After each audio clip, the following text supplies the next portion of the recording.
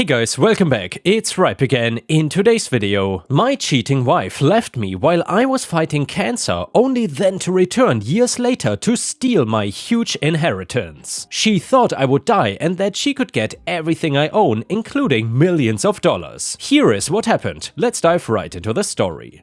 The first one starts like this. I've seen comments on similar stories to my own, with people wondering how the storyteller ended up in a relationship with someone who would do something like this. So I want to start this off by saying that I got married young, I was naive and oblivious to any red flags that there might have been, and even if I was not oblivious to them, I did not understand how they could be windows that shed light onto her as a person and not just one-off events. So as a pair of young and dumb teenagers in love, me and my ex-wife got married at 19.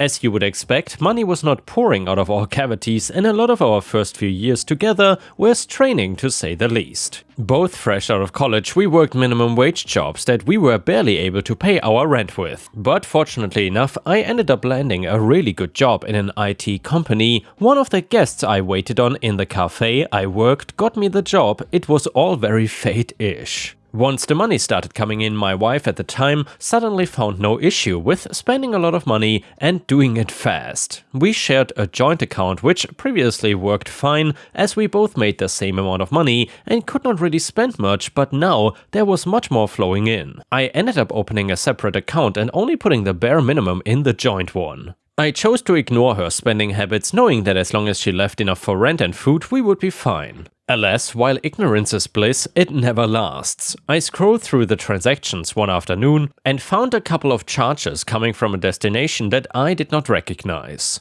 I called the number associated with the charges and a motel receptionist picked up. I did not have to think twice about what that meant and spent the next 2 hours crying my eyes out into my pillow, thinking of what to do. But again, my naivety told me perhaps I was being ridiculous and it was nothing. I think in the back of my mind I knew I was lying to myself, but the thought of confronting her scared me. So I pushed what I had found to the back of my mind and carried on with life as normal. This normality continued for 2 years. At this point we were both 21 and then the fatal day came and went, the day I found out that I had bladder cancer. The news was shocking, of course, and my family were in an absolute state over the news. However, the doctor had informed us that the chances of this form of cancer becoming fatal are rare, which put an ease to us all. However, I would still need to undergo rounds of chemotherapy to kill the cancerous cells. I remember walking home from the hospital, bearing the weight of the news on my shoulders, ready to tell my loving wife who would support me through thick and thin. I told her the moment I walked inside, and within 2 hours she had packed up her bags and then left me. "I cannot be with you anymore," was the first thing she said to me after I broke the news. "What?" I asked, thinking I was dreaming it. "What would my friends think about this?" she said with a slight laugh. I stared in shock. Why on earth was she acting like this? "What will your friends think? Love, I just told you I have cancer. I don't think what they are thinking is the most pressing matter here. You know what I mean." "No, I don't. I don't know what you mean." I could feel the tears welling up in me. "They will probably feel sorry for me in a, grossly pathetic way, and I cannot have that. I don't want them to think my man is weak, that I'm the one protecting him." I was stunned by her words. "Feel sorry for you? That's what's concerning you? Where's all this coming from? Who acts like this when they find out their partner has cancer? What's the matter with you?" "I'll be out of the house tomorrow. I will send divorce papers." Her voice and face were cold, void of any emotions. "And where will you live?" She stared at me but did not answer. "Where?" I asked again. Look, I have another man, okay? I'm surprised you didn't know already. I love him, he worships me and I will stay with him." I didn't say anything, I just walked away into our bedroom and cried. I cried like I never had before. It was not as much of a cry of sadness as it was a cry of defeat. The one person I thought would be there for me was not gonna be, and better yet, she had been cheating on me for who knows how long. At least those motel rooms made sense now. The whole conversation came as a shock to me. I know I should have thought more about the motel bookings when I first found out about them, but even with those, everything seemed fine to me. We were quite happily married and rarely fought with each other. She had the nerve to climb into our bed at night and kiss me on the cheek before she fell asleep, and the next morning I stayed in bed and watched her pack up her things. She was humming as she did so, she really didn't care. She shot me a slightly nasty glare before she left, and that was the last time I saw her for 6 months. During those 6 months I had treatment, the chemotherapy was not too bad, and I could still work full time. But around 5 months into my treatment I was called into the doctor's office and they told me the bad news. My cancer had spread and I potentially did not have that long to live. Spoiler alert, I'm still here. I had to file documents and draft up a will, which I didn't think I would be doing so young. The paperwork for my divorce was still being finalized. I won't go into detail, but it was taking longer than usual finalization would take because our reasoning was dissolution of marriage, which is not seen as a high priority by the state here. And also because we had signed a prenup, she was not getting anything from me. However, until that divorce goes through, she would be the beneficiary of my assets when I die. I had a separate bank account that I saved an awful lot of money on, $4.5 million. The house I ended up buying added another $500K. My ex-wife knew I had this amount saved up as she knew just how much I was making and also spotted what was being left out of the shared account. When word got out that I was maybe soon dying, my family all but ordered me to come home. I quit work, which they were all understanding of, and went home. I did not take much, as at the time I did not think I would be around for long. It was all a bit somber, but my mother decided to throw me a party one day. I was the happiest I had been since first receiving the news of cancer. She invited practically everyone, and even some strangers from the neighborhood turned up. Nobody mentioned cancer, they all just had a good time. I truly loved it, and that was until my ex-wife showed up. "Oh baby, I missed you so much." She ran over and hugged me, squeezing my sides until it hurt. I did not say anything, so she continued. "I'm sorry how I acted before. I never meant to hurt you. Things did not work out with my boyfriend. Turns out he had a wife. Can you believe it? Anyway, I'm back now. We don't need to get those papers finalized. I'm here for you now." You're joking, right? Are you seriously trying to squirm your way back into my life after you so callously dumped it on the side of the road? You're a disgusting woman. I could feel anger begin to rise inside of me. My body was shaking. I could feel her looking at me, and when I looked up she had a confused look on her face, as if she really did not understand this reaction. I could not believe the audacity of her to first abandon me in my time of need and then show up as if nothing was the matter and she had simply made a small mistake or something. I could not stand it and stormed away into the house, hoping she would not follow me, but alas she did. Everyone else was so distracted by the party they did not notice, which I'm glad of, and then she started, "Okay, listen, we both know why I'm here. I was married to you and I still am, so I will be getting that money when you die." Which I know is soon. The happy facade was gone from her face. Absolutely not. That money will be going to my family. The divorce papers will be finalized by tomorrow afternoon, and that will be the end of it. You're not getting the inheritance. I watched as her face twisted into the most sinister smile I've ever seen on her face. "Well, if you're dead before then, the money is mine." Before I knew what was happening, she had lunged for a knife on the side, the one that was gonna be used to cut the cake. She sprinted towards me, knife raised, wrist twisted, her fingers were white from the strength of her grip on the handle. Her face was twisted into a grimace, forehead scrunched and lips pursed. I was in such a state of shock, a million thoughts were running through my head. She had hurt me before, but seeing the lengths she was about to go to, just to get what she wanted, added another thick wound into my heart. I think part of me believed her earlier words. Snapping out of my paralyzed state, I managed to defend myself. I moved out of the way at the last second and tripped her up by kicking her behind her knees. She groaned and rolled over, bouncing back up for a second attempt. She managed to slice me right down my arm. The cut was deep and threw me off for just long enough to give her time to lunge forward again. She crashed me down to the floor, raising the knife high into the air. I was screaming for help, but I knew nobody would be able to come in time. I looked at the woman that I used to hold at night. Sadness was laced into every yell I made. I watched as just before she crashed the knife down, she glanced over to my bleeding arm. I saw her eyes falter slightly. Whether she was just squeamish or was realizing her actions, I was not sure, but it gave me enough time to punch her hard in the jaw and grab the knife. By this point, people had run inside and the police were called. Once the police arrived, I explained everything and the rest was a bit of a blur. I remember I was handed a card with a number on to call when I was ready to testify, and then I remember passing out and waking up in a hospital bed. My mom was next to me telling me that I'd been out cold for a few hours, my wound was bandaged and everyone who was at the party had gone home, sending their regards. I testified later against her, and although it was a no-brainer that she would not be getting away with it, I still felt a stab of nervousness and even guilt when I saw her. She was charged with domestic abuse as we were still married at the time and ended up spending a significant amount of time behind bars. She would have been out a few years ago, but due to bad behavior and her constant violent assaults and aggressiveness, her sentence keeps getting lengthened. Suffice to say, of course she did not get any money from me either. This is the first time I've properly thought about these events since they unfolded, and that's all due to my current wife Clarissa, who suggested I share my story with you people. My ex-wife's sentencing gave me closure, or at least I thought so at the time, but now I'm at the end of this retelling and I think this is what has given me the closure I was seeking. She was a parasite and I'm so glad I got rid of her. Sometimes I wonder if the cancer was what I needed to help me see who she really was. I lived, as you can see. It was a slight miracle, to be honest. My body was not really supposed to fight off the spreading cancer, but after a last attempt of another intense round of chemotherapy, injections and surgery, I survived. I was not originally planning to go through with more treatment as I genuinely thought it would be pointless. However, it was my nurse that insisted, Clarissa, the woman I married a few years later. And yeah, Ripe Stars, I gotta say, I'm so happy that this story took a good turn for OP,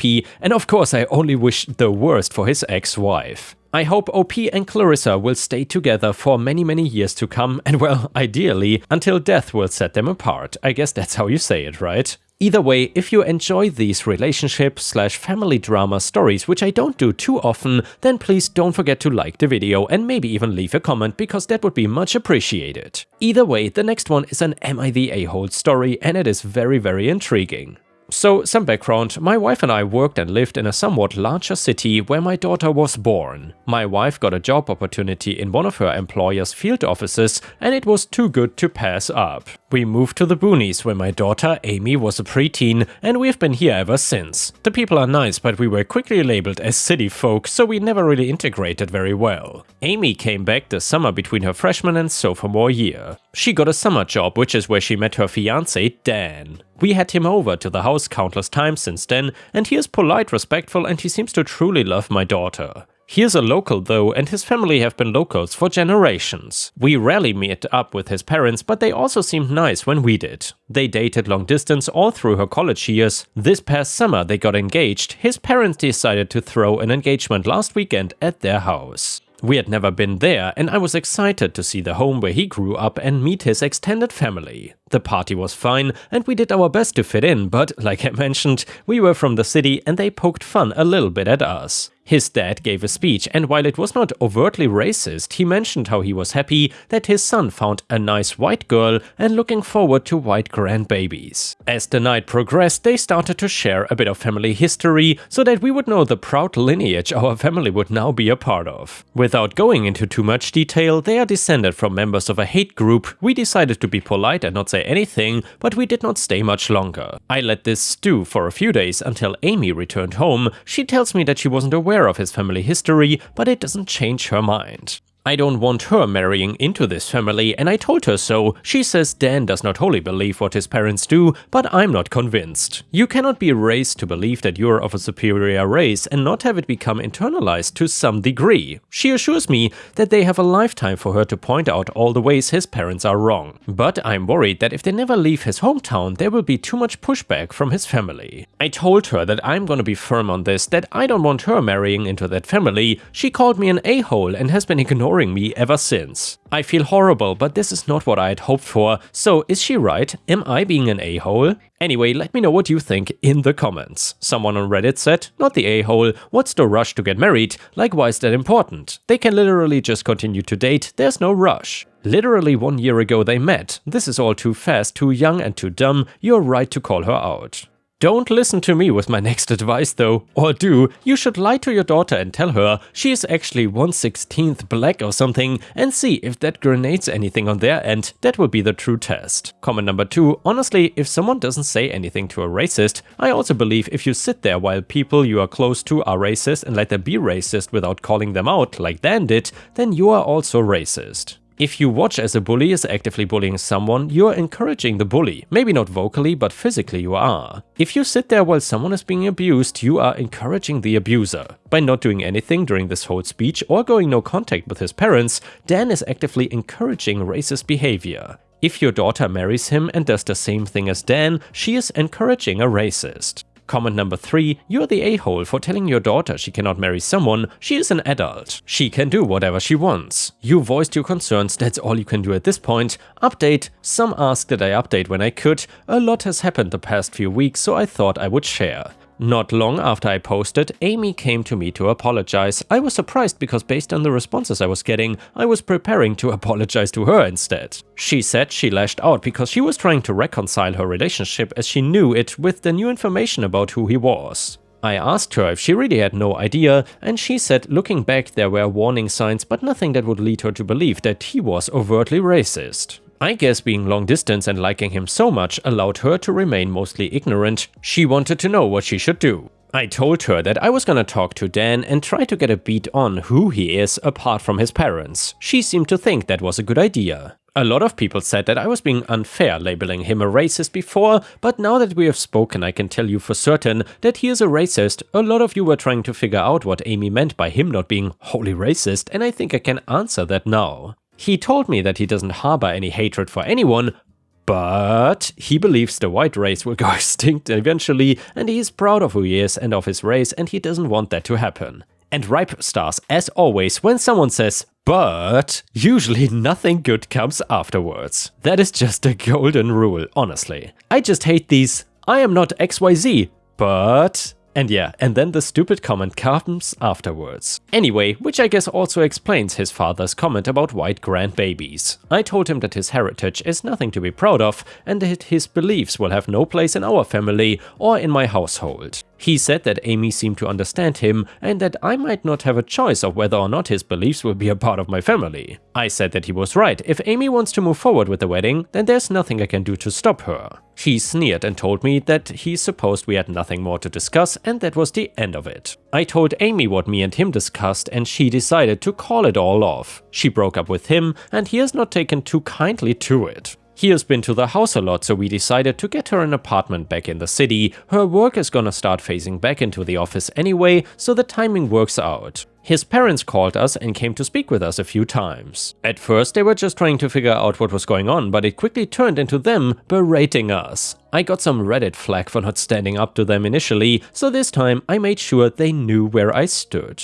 And now let's move on to the next story. It starts like this. So I have an EB coworker who recently went full choosy beggar on me. I am a contract worker at a rather large corporate office. A few months ago, a woman was contracted to another department on the same floor and quickly realized that there are free catered lunches almost every day for individual meetings. She started off just picking through the leftovers that were usually brought to the break room for everyone to enjoy, but after a while she started going into the meetings themselves and making a plate before they were over. I'm not sure how she was getting away with this, to be honest. My department was having their yearly planning meeting and had split into workshops before lunch. I was setting up for lunch, the food had not come yet, when she peeked in the meeting room. I noticed her watching me and the convo went something like this. Me, hey, can I help you? EB, is there a meeting in here? Me, yes, but I think some other meeting rooms are open down the hall. EB, oh no, I was just curious. So what are you guys having for lunch? Me, I'm not sure, Mexican I think. EB, Mexican from where?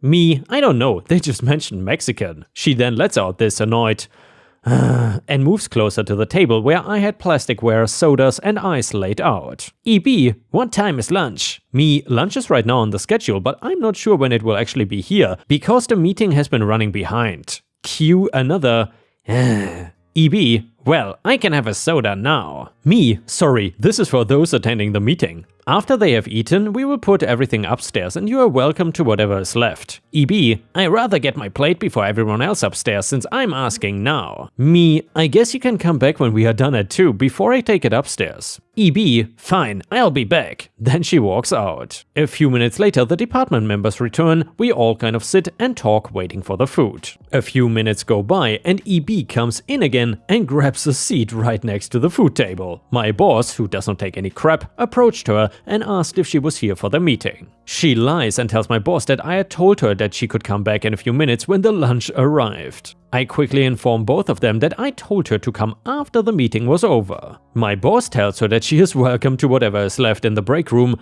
after the meeting. EB asks why she couldn't just have lunch with them. This visibly pissed my boss off. She firmly told her that this was a closed meeting and that she would have to wait until the leftovers were in the kitchen. She then scurried off, the food came, we ate, and I assumed this was the end of this. But of course, not. After lunch was over, I packed up the considerable amount of leftovers and took them upstairs. Guess who was literally waiting for me in the break area? As soon as I walked into the kitchen, she started unwrapping food and making her plate, barely allowing me to move the food to the table. EB, are there any Cokes left? Me, only diet. EB, annoyed sigh, where's this even from? She's kind of picking through the food she just piled on her plate, taking small hesitant bites like she thought it was poisoned. Me, it's the name of a nearby Mexican restaurant. EB, really, that place is terrible. Why didn't they get another nearby Mexican restaurant? Me, no clue, I didn't get to pick. EB, if I knew it was this place, then I wouldn't have waited around. She then takes a few more small bites before tossing her massive plate into the trash and walking away.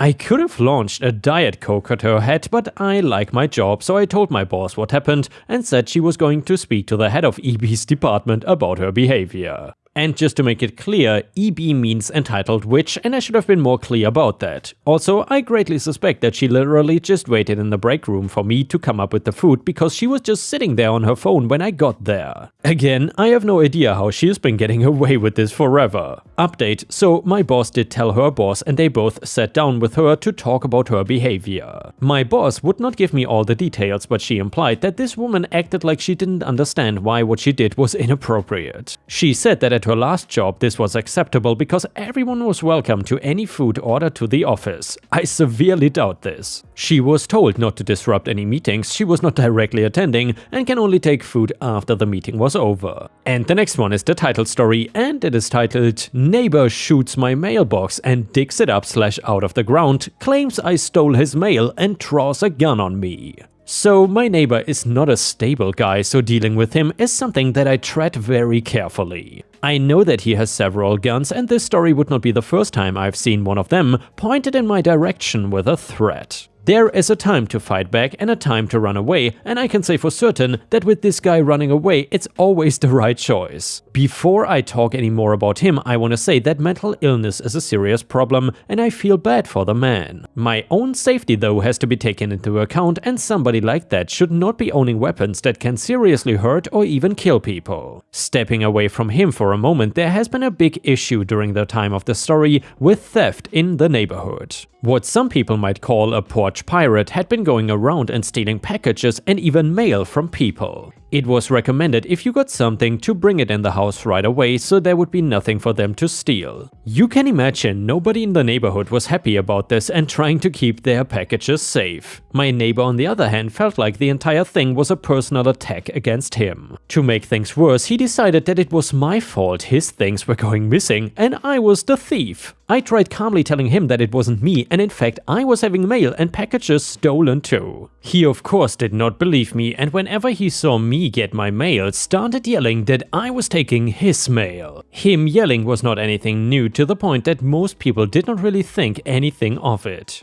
We all knew he had something wrong with him and for the most part let him yell and stuff. The longer this went on though, the more intense his feeling against me got. He was fully convinced that the mail I was getting from my box was his and I was stealing it. I heard a gunshot one day and saw outside my window that he had taken his gun and shot a hole right through my mailbox. Of course, I was not going outside to investigate in fear of getting shot myself. He shot it again and I was a little scared about him coming over to my house and doing something about it. I saw him walk onto my property with a shovel and start digging my mailbox out of the ground. I could not do anything but just stare in stunned silence and see what he was planning on doing next. He pulled it out of the ground and started beating it with a shovel before pulling out my mail and throwing it against the ground. I was hoping he would leave, but instead he saw me in the window and came to my door banging on it, demanding that I open up or he is breaking down the door. I hoped that talking to him might calm him down a little bit, but him,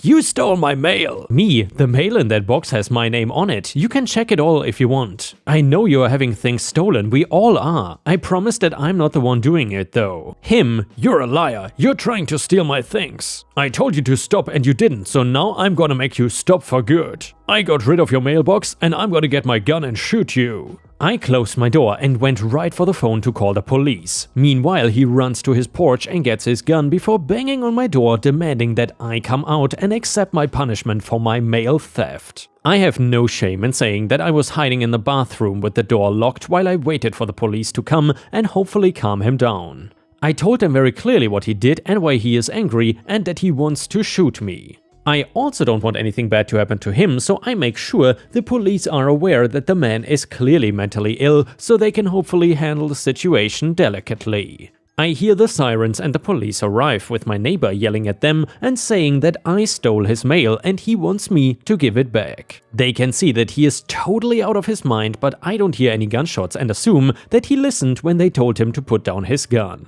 After what felt like an eternity, I hear my doorbell ring and I cautiously go towards it to make sure it's the police and not my neighbor again at the door. They let me know that everything is safe now and question if I want to press charges against my neighbor. I find out that they are taking him to a psychiatric hospital so that he can get proper treatment and most likely will be admitted. I did not get hurt, but my mailbox still got damaged, so I still pressed charges against him. And by the way, Ripe Stars, if you are wondering why I am censoring something out there was some personal identifying information about OP there, so since I don't want to dox him on the internet, I just blurred that out. Anyway, I want to give him the benefit of the doubt that he was not in control of his actions and he will get better at the hospital. The police also have to follow up on his claims that I stole from him, so they get the whole story about the porch pirate in the neighborhood and confirm it from previous reports. Plus, I let them see all the mail has my name and address on it, so I didn't end up stealing anybody's electric bills or magazines. Normally, a story would end here, but I have an update from a few weeks after the whole situation took place. It was a letter from my neighbor that he wrote at the hospital apologizing for the situation. He wrote to me saying that the medication cleared his mind and he feels bad about what he did once he remembered it.